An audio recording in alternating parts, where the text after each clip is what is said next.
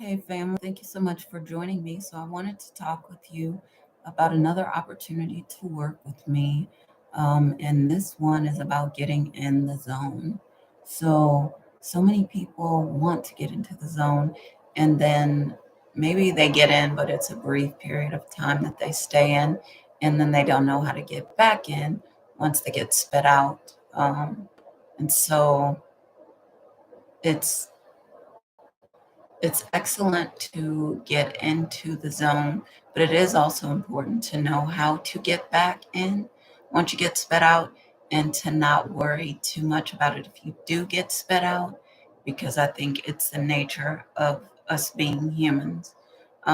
So I would say it's definitely been an experience for me, but understanding how to get into the zone has been something that's been really important in my life.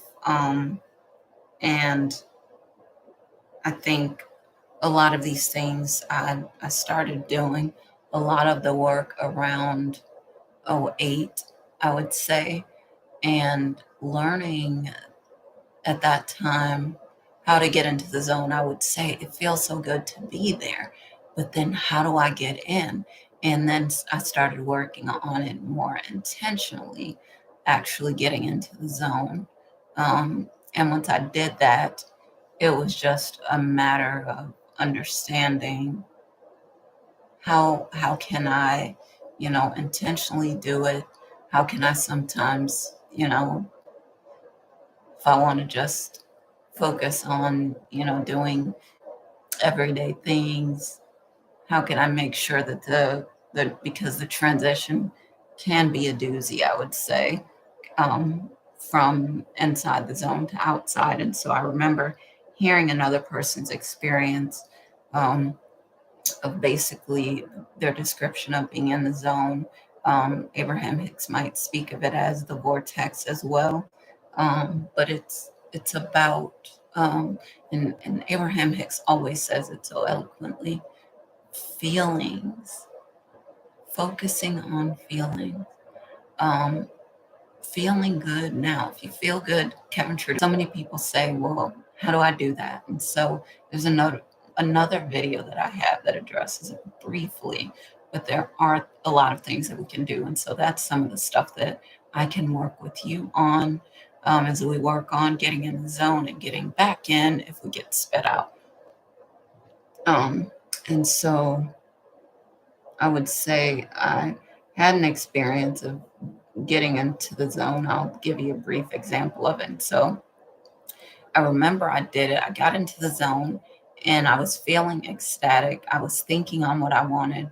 And within under a second, I was thinking on it. I manifested something in under a minute that I wanted. And so it's just a matter of us getting getting into the zone and understanding, that we are, you know, we can become like magnets attracting everything that we want if we really know how to do it. And so I think a lot of people can end up getting in their heads about it and not practicing it. And when that happens, I think that's when, the results kind of dwindle. So I think it's good to continue to look into ways to do it, the knowledge part, increasing knowledge.